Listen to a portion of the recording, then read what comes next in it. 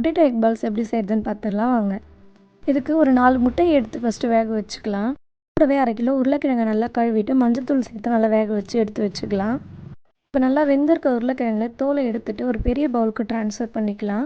இப்போ அந்த உருளைக்கிழங்கை நல்லா மசிச்சு விட்டுட்டு இது கூடவே கட் பண்ண வெங்காயம் 1 கப், 2 பொடியாக கட் பண்ண பச்சை மிளகாய், கொஞ்சமாக நல்லா திருகின இஞ்சி, அப்புறம் இது கூடவே 1/2 ஸ்பூன் கரம் மசாலா, 1/4 ஸ்பூன் காரத்தூள், 1/2 ஸ்பூன் சிக்கன் மசாலா, தேவையான அளவு உப்பு. இது எல்லாத்தையும் நல்லா மிக்ஸ் பண்ணி இன்னொரு பவுல் எடுத்துகிட்டு அதில் 2 முட்டையை உடச்சி சேர்த்துட்டு கொஞ்சமாக உப்பு சேர்த்து நல்லா பீட் பண்ணி ஒரு ஓரமாக எடுத்து வச்சிடலாம்.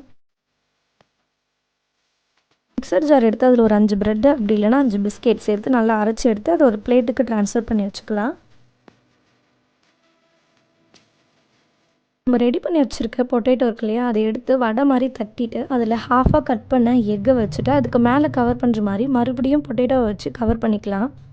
இப்போ அதை நல்லா உருட்டி ஒரு பந்து மாதிரி எடுத்துக்கலாம். ரெடி பண்ண எக் பாலை பீட் பண்ண எக்கில் டிப் பண்ணி அதை பிரெட் க்ரம்ஸில் கோட் பண்ணி எடுத்துக்கலாம். இப்போ சூடாக இருக்க எண்ணெயில் நம்ம ரெடி பண்ண எக் பாலை போட்டு பொரிச்சு எடுத்துடலாம். நல்லா கோல்டன் ப்ரௌன் ஆகணும், அது வரல திருப்பி திருப்பி விட்டு பொரிச்சிக்கலாம். அவ்வளோதான், சூப்பரான எக் பால்ஸ் ரெடி.